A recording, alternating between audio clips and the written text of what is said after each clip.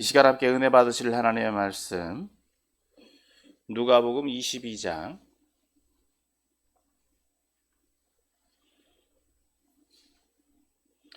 39절로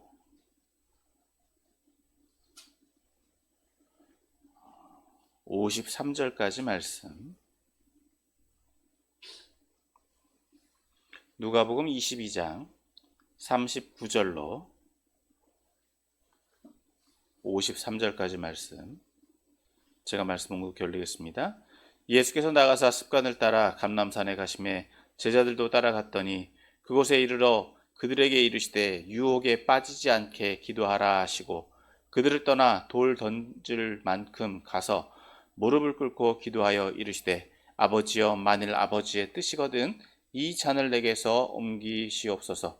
그러나 내 원대로 마시옵고 아버지의 원대로 되기를 원하나이다 하시니 천사가 하늘로부터 예수께 나타나 힘을 더하더라. 예수께서 힘쓰고 애써 더욱 간절히 기도하시니 땀이 땅에 떨어지는 핏방울같이 되더라. 기도 후에 일어나 제자들에게 가서 슬픔을 인하여 잠든 것을 보시고 이르시되 어찌하여 자느냐, 시험에 들지 않게 일어나 기도하라 하시니라. 말씀하실 때 한 무리가 오는데 열둘 중에 하나인 유다라 하는 자가 그들을 앞장서 와서 예수께 입맞추려고 가까이 하는지라.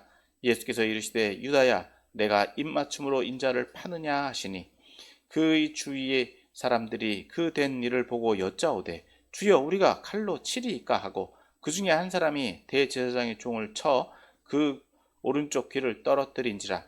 예수께서 일러 이르시되 이것까지 참으라 하시고 그 귀를 만져 낫게 하시더라. 예수께서 그 잡으러 온 대제사장들과 성전의 경비대장들과 장로들에게 이르되 너희가 강도를 잡는 것 같이 검과 몽치를 가지고 나왔느냐? 내가 날마다 너희와 함께 성전에 있을 때에 내게 손을 대지 아니하였도다. 그러나 이제는 너희 때요 어둠의 권세로다 하시더라. 아멘. 할렐루야. 아멘. 오늘도 거룩한 주일 예배 자리에 나오신 여러분을 환영하고 축복합니다. 오늘은 송년주일입니다. 송년주일은 한 해를 한 해 동안 지켜주신 하나님께 감사하고 또 한 해를 마무리하는 주일입니다. 오늘 말씀은 이제 송년주일 예배로 드려야 하지만 저녁에 송구영신 예배를 통해서 또 우리가 또 말씀을 나눌 것이기 때문에 송년의 말씀과 신년의 말씀으로 송구영신 예배 시간에 가름을 하고, 오늘 저는 여러분과 함께 계속해서 누가복음 말씀을 통해서 하나님께서 오늘 저와 여러분들에게 주시는 말씀으로 함께 은혜를 나누고자 합니다. 오늘 본문 말씀은 크게 두 부분으로 나눠볼 수 있습니다. 먼저 39절에서부터 46절은 예수님께서 제자들과 함께 감람산에서 기도하신 내용에 대해서 말씀해 주고 있고, 또 47절에서부터 53절에는 이 가룟 유다의 배신과 함께 체포되신 예수님에 대해서 말씀해 주고 있습니다. 먼저 39절에서부터 46절의 말씀을 봅니다.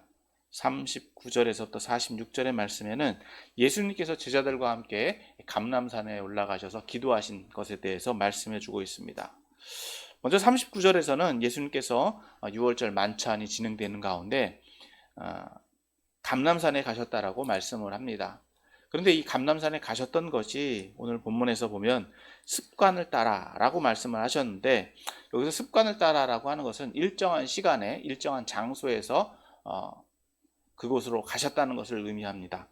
그러니까 평소에도 예수님께서는 이 감람산에서 또 일정한 시간에 감람산에서 일정한 장소인 감람산에서 기도하셨던 것을 알 수 있습니다.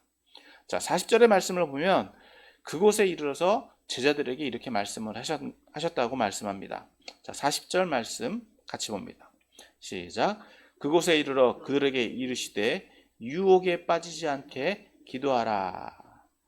예수님께서 제자들에게 하신 말씀은 유혹에 빠지지 않게 기도하라 라고 하신 것입니다. 자, 이 말씀만 보면 제자들에게 이 말씀을 하신 이유가 무엇인지 분명하지 않습니다.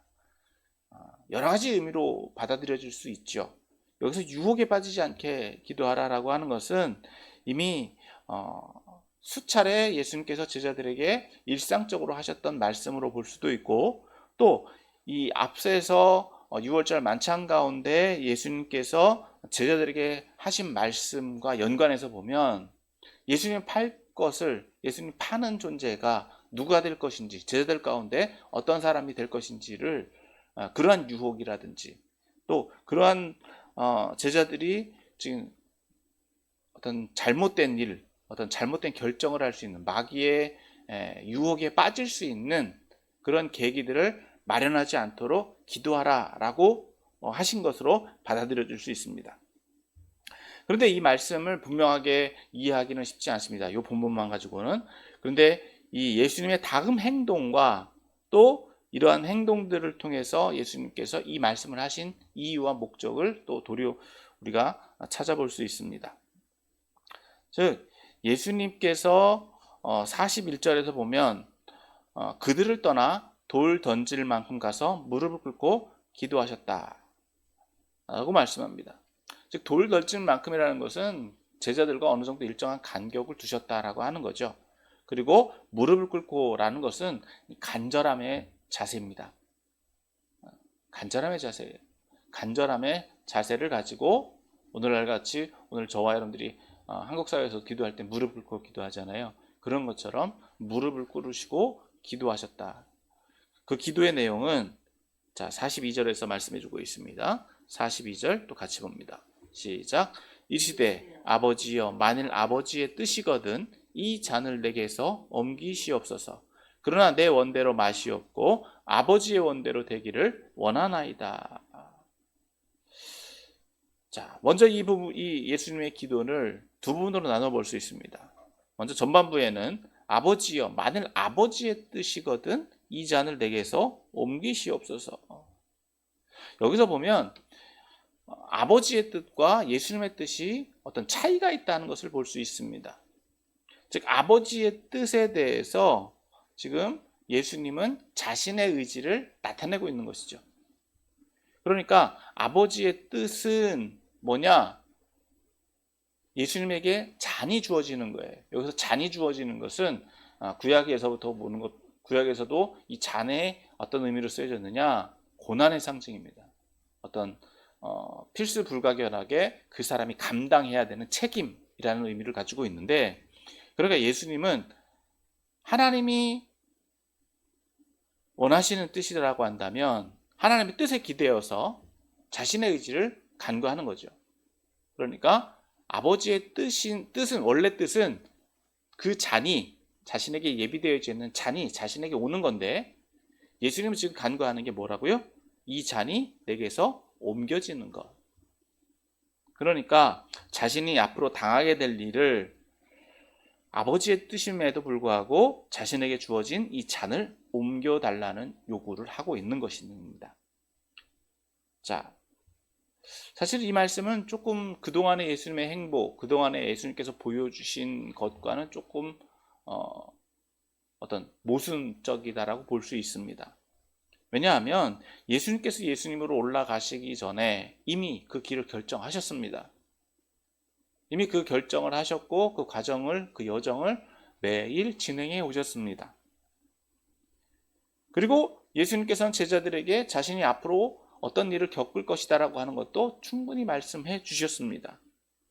그럼에도 불구하고 이렇게 하나님 앞에 말씀을 이런 간구를 한다라고 하는 것은 앞으로 자신이 당하게 될 고난이 어떤 것이다라고 하는 것을 더 명확하게 알고 계실 뿐만 아니라 사실 인간적인 나약한 모습이 아니라 최소한의 인간적인 모습을 발견할 수 있는 것이다 라고 할 수 있는 것이죠.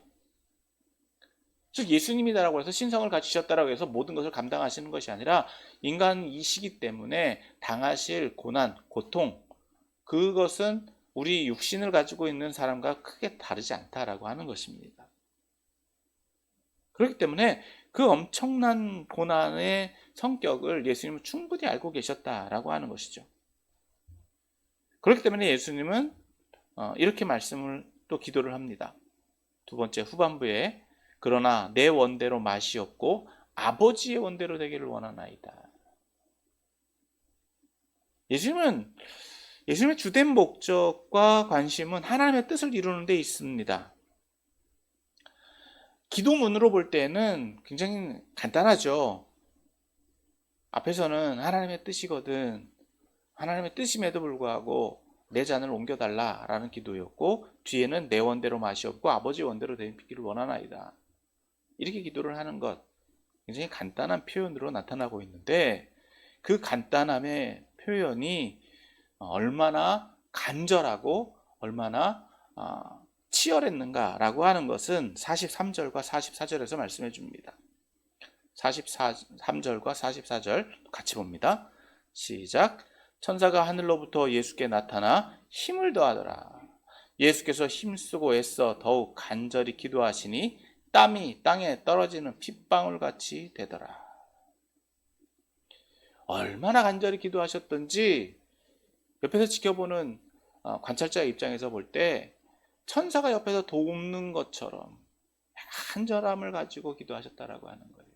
애절함을 가지고 기도하셨다라고 하는 거예요. 그리고 44절에서 이렇게 표현하죠. 더욱 간절히 기도했다. 그러한 힘이 보태지는 것을 볼 때에 더 간절히 기도했다라고 하는 거예요. 얼마나 치열하게 기도하고 있는지를 발견하고 있는 거죠. 그래서 흐르는 땀이 무엇과 같았다? 핏방울과 같았다. 여러분, 땀은 물입니다. 물. 피는요, 물인 땀과 비교했을 때 어떻습니까? 더 진하죠. 더 진하고 더 찐득찐득하고. 여러분, 지금 이 시간은요, 밤입니다. 밤에 예수님께서 기도하시는 이 모습이 보일 정도다라고 하면은요, 얼마나 간절하게 기도하고 계셨는가. 땀으로 범벅이 되었을 뿐만 아니라 그 땀이 피처럼 보일 정도로 기도하셨다라고 하는 거예요. 그러니까 여기서의 기도는 사실 예수님의 기도의 의미와 목적을 본다라고 한다면, 자신의 뜻을 간구하려고 하기보다는 하나님의 뜻에 자신의 의지를 맞추려고 하는 것이다 라고 하는 거예요. 예수님의 기도의 목적이 여기 있습니다. 분명한 자신의 목적, 자신의 의지도 있어요. 인간적인 모습도 있습니다. 그런데 그럼에도 불구하고 예수님께서는 하나님의 의지를, 하나님의 뜻에 자신을 맞추려고, 자신을 복종시키려고 하고 있다라고 하는 것입니다. 그만큼 치열하다라고 하는 거예요. 그래서 자신의 뜻을 하나님 앞에 맞추기 위한, 자신을 그처럼 꺾는 것이 쉽지 않더라. 자, 이런 기도의 과정 속에 45절에서 이제 예수님께서는 이렇게 기도가 계속되고 있는 것이 아니라 기도를 마쳤다라고 말씀합니다. 45절 같이 봅니다. 시작. 기도 후에 일어나 제자들에게 가서 슬픔으로 인하여 잠든 것을 보시고. 자, 제자들이 잠들었다라고 하는데 여기서는 좀 다른 본문하고는 다르게 잠든 이유들을 설명해 줍니다. 왜 잠들었느냐? 슬픔으로 인하여. 그러니까 여기서 조금 우리가 유추해 볼 수 있는 것은, 제자들은 6월절 만찬을 통해서 예수님께서 하신 말씀들의 의미를 조금 더 곱씹어 봤을 것이다 라고 하는 거예요. 그러니까 이들 또한 그 예수님이 앞으로 당하실 일에 대해서 굉장히 고민하고, 또 엄청난, 오늘날로 말하면 스트레스를 받았을 뿐만 아니라 염려가 있었다는 것으로 오늘 본문은 말씀해 주고 있는 것이죠. 분명한 것은 이들이 예수님이 말씀하셨던 것처럼 기도에 집중하지 않을 정도로, 그들은 기도에 예수님이 유혹에 빠지지 말도록 기도하라라고 말씀했는데, 지금 이들은 이처럼 혼란스러웠던 것으로 볼 수 있습니다. 그러니까 이들은 기도하는 데 있어서 더 나아가지 못하고 잠이 들었던 것으로 오늘 본문은 말씀하고 있는 것이죠. 그래서 예수님께서는 46절에서 이렇게 말씀하십니다. 이르시되 어찌하여 자느냐? 시험에 들지 않게 일어나 기도하라 하시니라. 사실 여기서 시험에 들지 않게 라고 하는 것은 앞에서 유혹에 빠지지 않게 기도하라 라고 하는 말씀을 좀 반복해서 하신 것으로 볼 수 있습니다. 그러니까 예수님께서 제자들에게 하신 말씀은 유혹에 빠지지 않도록 기도하는 것이고, 시험에 들지 않게 기도하라는 거예요. 기도의 목적이 바로 여기 있다는 것입니다. 즉 예수님이 기도하신 기도의 목적이 있고 또 제자들에게 주신 기도의 명령이 좀 구분될 수 있다는 거예요.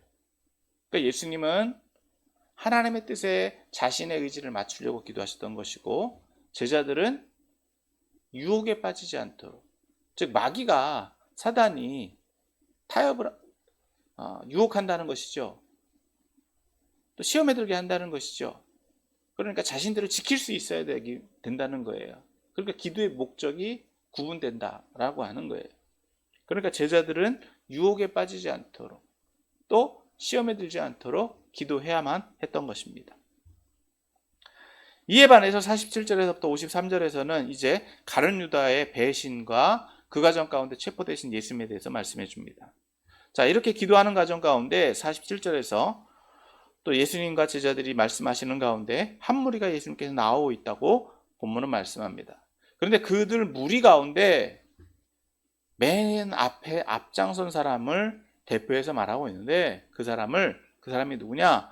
바로 12 중에 하나인 유다라 하는 사람, 즉 예수님의 제자 가운데 한 사람이었던 유다가 그 한 무리들을 이끌고 오고 있다라고 말씀합니다. 자, 이들이 오는 목적에 대해서 이들이 오는 목적을 사실은 이 장면만 가지고는 알 수 없습니다. 그런데 미루어 짐작하기로는 이미 유다가 제자들의 이 유월절 만찬 사이에서 중간에 나갔던 것으로 볼 수 있는데 이것을 우리가 유추해 볼 수 있는 것은 이미 앞에서 3절에서 6절에서 가룟 유다가 어떤 마음을 가지고 있었는지 어떤 마음가짐을 그가 품고 있었는지를 말씀해 주고 있는 것처럼 이것이 실현되고 있는 것을 볼 수 있다는 것입니다. 자, 그래서 48절에서 보면 가룟 유다가 예수님께 입 맞추려고 가까이 하는지라, 즉 잠깐 나갔다 왔다는 거예요. 나갔다 왔으니까 예수님 앞에 문안 인사를 하는 거죠. 일상적인 인사로 보여줄 수 있습니다. 그러니까 어떻게 보면 예수님께서도 가룟 유다가 나갔다는 것을 아셨을 뿐만 아니라 가룟 유다도 일상적으로 예수님을 떠나서 잠깐 나갔다 왔던 것으로 볼 수 있는데, 그런데 이 인사의 의미를 예수님은 분명히 파악하고 계시다는 거예요. 유다의 이 일상적인 인사가 입맞춤의 의미가 어떤 의미냐? 자, 예수님은 유다에게 이렇게 말씀하시죠. 유다야, 내가 입맞춤으로 인자를 파느냐? 일상적인 인사고 어떻게 보면 예수님께 오히려 더 잘 보이려고 하는 태도였을 수도 있습니다. 하지만 그 마음 속에, 그 태도에는 무엇이 담겨져 있다고요? 예수님에 대한 배신, 이중적인 마음이라는 거죠. 행동으로는 예수님을 존경하고 예수님을 높여드린다라고는 하지만 그의 실상의 마음 속에는 무엇이 담겨져 있다? 예수님을 팔아버렸다. 그 태도가 그 안에 담겨져 있다는 거예요. 사실 유다도 이 일을 할 때는요, 죄책감을 못 느꼈을 것입니다. 왜? 자신이 하는 일이 옳다라고 생각했고 자신이 하는 일이 정당하다라고 생각했을 것입니다. 여러분, 사람들이 악한 일을 행할 때는요, 자신들이 악한 일을 한다라고 하겠다라고, 또 자신들이 악한 일을 하는 것이 정당하다라고 생각하고 하는 사람은요, 정말 악한 사람이에요. 그런데 그것을 모르고 행동하는 사람들도 있습니다. 가룟 유다는 어느 쪽에 있었을까요? 또 오늘 본문 가운데에서 예수님을 잡으려고 온 사람들, 즉 대제사장과 성전 경비대장들과 장로들은 어땠을까요? 예수님을 죽이려고 하는 목적이 어디 있냐는 거예요. 예수님을 왜 죽여야만 됐느냐라고 하는 거죠. 자, 이러한 상황 속에서 예수님의 이 말씀을 통해서 49절은 이렇게 말씀합니다. 그의 주위에 그 된 일을 보고 여짜오되 주여 우리가 칼로 치리이까. 여러분, 제자들도 여기에서는 굉장히 기민하게 움직이는 것을 볼 수 있어요. 이미 앞에서 예수님께서는 경고의 말씀을 주셨고 예수님께서 또 제자들도 예수님의 말씀을 듣고 좀 슬픔으로 인하여 잠들었다라고 하는 것을 볼 때 잠에서 깬 지 얼마 안 돼서 정신이 없는 가운데 있지만 그들이 얼마나 지금 이 상황이 긴박한지, 또 예수님의 말씀을 통해서 유다가 어떤 행동을 취하고 있는지를 그들은 즉시 알았을 것으로 보입니다. 그러니까 예수님께 지금 주여 우리가 칼로 치리까? 라고 말하고 있는데, 이것은 이미 앞에서 예수님께서 제자들에게 하신 말씀이 있죠. 36절에서 칼을 준비하라 라고 말씀하신 그 내용이기도 한데, 어느 때보다도 신속하게 움직여요. 예수님께 묻고 예수님의 답을 듣기도 전에 행동을 해버립니다. 50절, 그 중에 한 사람이 대제사장의 종을 쳐 그 오른쪽 귀를 떨어뜨린지라. 즉 제자들에게는 칼이 둘이 있었다라고 말씀하고 있습니다. 그러니까 칼을 가지고 있던 한 사람이, 여기서 대제사장의 종, 그러니까 제사장을 경비하는 경비대장이라고 볼 수 있는 거죠. 가장 앞선 사람, 혹은 그 중에 한 사람일 수도 있겠지만 그 오른쪽 귀를 떨어뜨렸다. 어느 때보다도 행동이 빨라요. 그러니까 이들의 행위들을 보면은요, 인간적인 모습이라고 볼 수 있어요. 그러니까 폭력적인 행동은요, 어느 때보다도 빠르게 움직이더라. 사실 어떻게 보면 예수님이 이미 명령을 하셨다라고 반문을 할 수도 있고 그렇게 변명을 할 수도 있겠지만, 예수님은 이러한 제자들의 행위에 대해서 이렇게 말씀하십니다. 51절 같이 봅니다. 시작. 예수님께서 일러 이르시되 이것까지 참으라 하시고 그 길을 만져 낫게 하시더라. 여기서 이것까지 참으라 라고 하시는 말씀은 왜 참으라고 하셨을까? 입니다. 즉 이것은 앞에서 이제 예수님께서 기도하신 목적, 기도하신 뜻을 보면 알 수 있을 것입니다. 사실 그 당시에 제자들은 이 말씀의 의미를 바로 파악하기는 쉽지 않았을 것입니다. 하지만 예수님께서는요, 이 말씀을 하시고 제자에 의해서 잘린 길을 붙여서 낫게 해주십니다. 그러니까 이 말씀을 의미하는 것은 이 상황들, 또 이런 일들이 일어나는 것이 하나님의 뜻이다. 그러니까 그것을 받아들이라 라는 말씀으로 볼 수 있는 것이죠. 그러면서 52절, 53절에서 이렇게 말씀하십니다. 예수께서 그 잡으러 온 대제사장들과 성전의 경비대장들과 장로들에게 이르시되 너희가 강도를 잡는 것 같이 검과 몽치를 가지고 나왔느냐? 내가 날마다 너희와 함께 성전에 있을 때에 내게 손을 대지 아니하였도다. 그러나 이제는 너희의 때요 어둠의 권세로다 하시더라. 그러니까 52절에서 볼 수 있는 것처럼 예수님을 체포하라고, 예수님을 잡으러 온 사람들이 누구냐? 대제사장과 장로들과 성전의 경비대장이라는 것을 알 수 있습니다.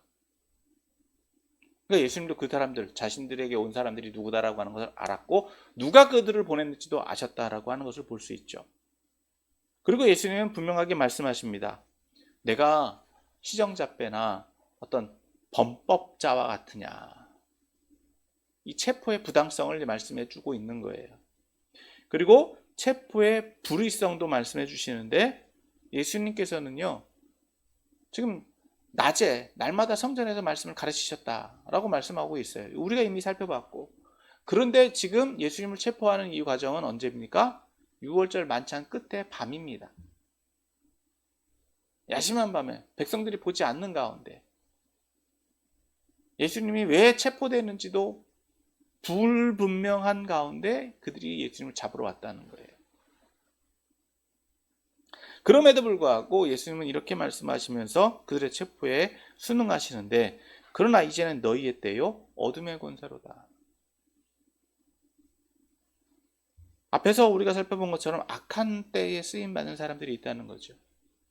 그러니까 이 말씀을 통해서 볼 수 있는 것은 제자들에게 말씀하셨던 것처럼 유혹에 빠지지 않게 기도하고 시험에 들지 않게 기도하라 라는 것. 그러니까 유혹에 빠진 사람들이 누구고 시험에 든 사람들이 누구인지를 알 수 있는 겁니다. 그리고 그들이 아무리 자신들이 행하는 일들이 정당하다 하더라도, 그렇게 받아들이고 있다 하더라도 그들이 지금 하는 행위들이 무엇이냐라고 하는 거예요. 여러분, 가룟 유다도 예수님의 제자 중에 한 사람이었고요. 대제사장과 장로들은 하나님의 말씀을 모르는 사람들이 아닙니다. 그런데도 이들이 예수님을 거절하고 예수님을 배격하고 예수님을 부정하려고 하는 것은 무엇입니까? 자신들이 알고 있는 하나님, 자신들이 믿고 있는 하나님이 옳다라는 전제가 있기 때문에 그래요. 자신들이 옳다라고 하는 거예요. 기준이 누구입니까? 하나님의 뜻에 자신을 맞춘 사람들입니까? 아니면 자신의 의지를 하나님 앞에 강구하는 사람들입니까? 표면적으로 볼 때는 알기가 쉽지 않습니다. 그러나 그들의 행위를 보면 알 수 있어요.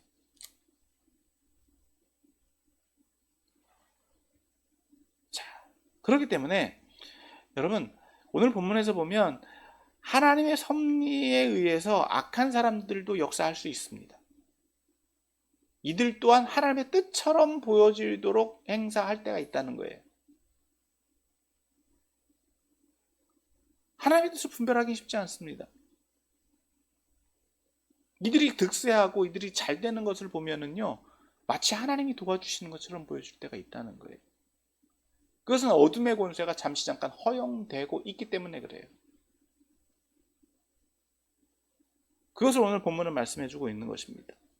그럼 오늘 저와 여러분들에게 이것을 어떻게 적용할 수 있겠습니까? 첫 번째로 오늘 본문에서 주된 관심은 기도라고 볼 수 있습니다. 그럼 어떻게 기도해야 되느냐는 거예요. 첫 번째, 예수님처럼 기도해야 된다는 것입니다. 앞에서 우리가 살펴본 것처럼 예수님은 어떻게 기도하셨습니까? 일정한 장소에서 일정한 시간에 습관을 따라서 계속해서 기도하셨다. 자, 두 번째, 예수님은 어떻게 기도하셨다고요? 자신의 주장보다는 누구의 뜻? 하나님의 뜻을 구하는 데 있었다. 근데 그것이 쉽지 않다는 거예요. 왜 그렇다고요? 내 의지가 하나님의 뜻과 상충될 때가 있다는 거죠. 근데 우리가 그것을 분별할 수 있느냐? 분별하기 쉽지 않습니다. 내 의지와 하나님의 의지를 분명히 분별하는 것, 그것이 먼저 선행되어야 돼요. 그런데 우리의 의지가 하나님의 의지랑 비교해 볼 때 내 의지가 더 강할 때가 더 많아요. 그러니까 우리는 항상 기도할 때 주세요, 주세요.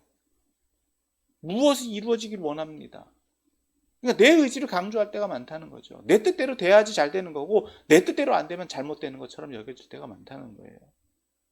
여러분, 간증을 하더라도요, 무엇을 간증하는 경우들이 많습니까? 잘된 거, 부자 된 거, 남들보다 뭐 좋은 직장, 좋은 학교, 좋은 뭐 자리에 간 거. 물론 그것은 자랑할 만하고 그것을 이끌어 주신 하나님 앞에 영광 돌릴 만한 거예요. 그것만이 하나님의 뜻이냐는 거예요.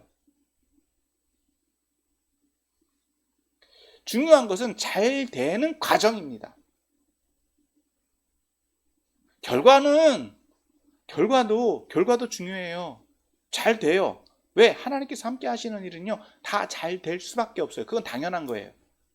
그 당연한 것을 자랑하는 것 옳습니다. 그러나 그 과정 속에서 불의함이 있고 부정함이 있다라고 한다면 그 결과가 다 옳으냐라고 하는 거예요.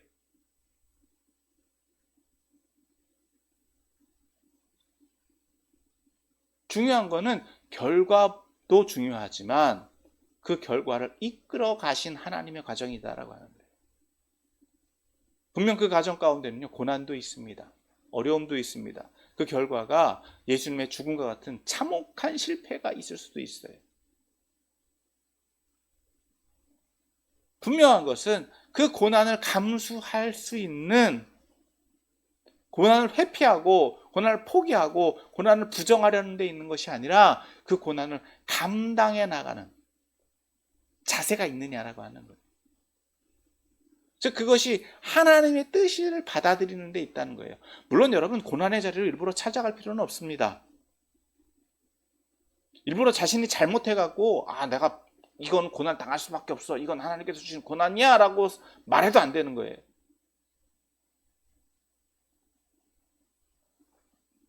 정의 가운데, 옳은 길을 행하는 가운데 당하는 필수 불가결한 고난, 그것은 의로운 고난인 거예요. 아무리 내가 잘한다고 하더라도요, 오히려 그 내 정의보다 더 옳다라고 생각하는 사람들이라고 맞부닥쳤을 때 어떠실까요? 그 사람도 옳다고 생각하는 거예요. 자신이 행하는 행동이 옳다라고 생각하는 거예요. 여러분, 오늘 본문에서 보는 것처럼 가룟 유다도 그랬고요, 대제사장들도 자신들이 행하는 행동이 지금 옳다라고 생각하고 있기 때문에 예수님을 팔았고 예수님을 잡고 있는 거예요. 자신들이 행하는 행위들이 악하다라고 생각했겠습니까? 악한 줄 알았겠습니까? 즉 하나님의 뜻을 분별하지 못하니까 자신들이 악한 데 쓰임 받는지 모르는 거예요. 자신의 의지가 이루어지는 것만을 보고 있는 거죠.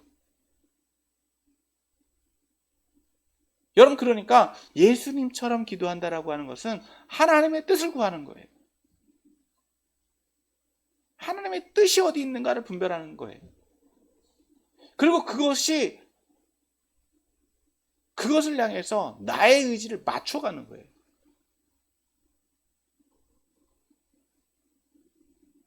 그럼 왜 하나님은 왜 어려운 일을 앞에 두십니까? 왜 좋은 길로만 인도하실 수 있는데 왜 그렇게 어려운 일을 두십니까? 여러분, 하나님이 불가능하신 것이 아니라 세상이 그래요. 세상이 약해요. 그 악한 세상 가운데 믿음의 사람들은 믿음의 모습을 보여야 한다는 것이죠. 세상과 타협하지 않고 하나님의 뜻에 따라서 살아가는 것, 그런 사람들이 형통한 거예요. 그 뜻에 맞추려고 하다 보니까 쉽지 않은 거죠. 세상 사람들은 타협하고 세상 사람들은 그것을 피하고 그 과정 속에서 잘 되는 것만 보니까 다른 사람들이 볼 때는 다 잘 되는 것처럼 보이잖아요. 여러분, 그 속에서 하나님의 뜻이 어디 있는지 분별해야 되는 거예요. 분별해내는 과정이 필요합니다. 그래서 두 번째, 오늘 본문에서 우리가 적용할 것은 뭐냐? 예수님께서 제자들에게 말씀하셨던 것처럼 유혹과 시험에 들지 않게 기도하는 거예요. 여러분, 하나님의 뜻을 구하다 보면은요, 정말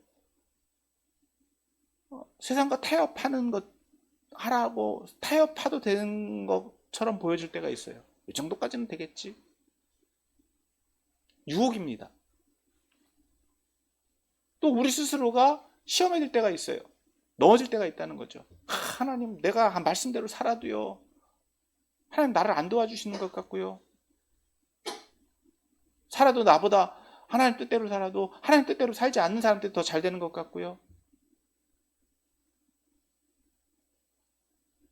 그렇게 시험에 드는 거예요. 여러분, 가룟 유다도 그랬고요, 대제사장들도 그렇다는 거예요. 여러분, 하나님의 뜻에 맞추는 기도와 함께 나 자신을 믿음 안에서 지키기 위한 기도가 필요하다는 거예요. 유혹에 넘어지지 말아야 됩니다. 세상은, 마귀는요, 계속해서 우리를 유혹합니다. 어떻게? 하나님의 뜻으로부터 벗어나도록. 하나님의 뜻을 가장하고 우리에게 들어옵니다. 착각하게 만들어요. 잘 되는 것이 다 하나님의 뜻이라고 보이게 만듭니다. 그리고 조금은 하나님의 뜻에서 벗어나도 된다라고 우리를 시험합니다. 그리고 결과만을 보고 우리를 하나님이 안 계신 것처럼 하나님으로부터 벗어나도록 우리를 시험한다는 거죠. 하나님 부정하는 것. 여러분, 시험한다는 건 다른 거 아닙니다. 하나님 부정하는 거예요. 하나님 배신하는 거예요. 그것이 시험에 들게 하는 거예요. 그러니까 우리가 기도하는 이유가 어디 있다고요? 유혹에 빠지지 않게 기도해야 되고 시험에 들지 않게 기도해야 되는 거예요. 간절함이 필요한 거예요. 예수님 어떻게 기도하셨다고요? 천사가 와서 도울 정도로, 땀이 피가 되는 것, 피처럼 보일 정도로. 여러분, 우리의 의지를 꺾는 것, 그처럼 예수님도 그처럼 기도하신 것처럼 우리도 그렇게 쉽지 않다는 거예요. 우리나라 속담에도 이런 게 있잖아요. 사람이 바뀐다고요, 안 바뀐다고요? 사람 바꿔 쓰는 거 아니라고 한 말처럼 우리가 그 뜻을 바꾸는 거 쉽지 않습니다. 근데 믿음 안에서는 이게 돼야 된다는 거예요. 왜? 하나님의 의지에 맞춰가는 것, 하나님의 뜻에 나를 복종시켜야 되는 거예요. 정말 쉽지 않아요. 안 바뀌어요. 아무리 말을 해도 안 바뀌어요. 안 돼요. 근데 되는 게 하나 있어요. 어떨 때? 죽으면 돼요. 내가 죽으면 돼요. 너무 앞선 얘기긴 한데, 내가 죽으면 누가 살아요? 하나님이 역사하실 거예요. 내가 안 죽으니까 자꾸 내 맘대로 하는 거예요. 내 뜻대로 하는 거예요. 하나님 뜻이, 내 뜻이 하나님 뜻인 것처럼 착각하게 만드는 거예요. 착각하는 거예요.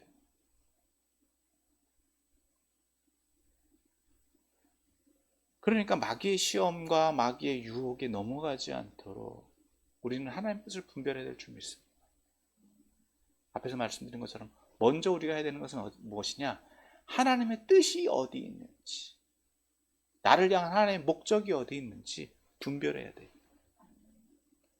여러분, 저와 여러분들에게는요, 하나님의 계획과 목적이 분명히 다 있습니다.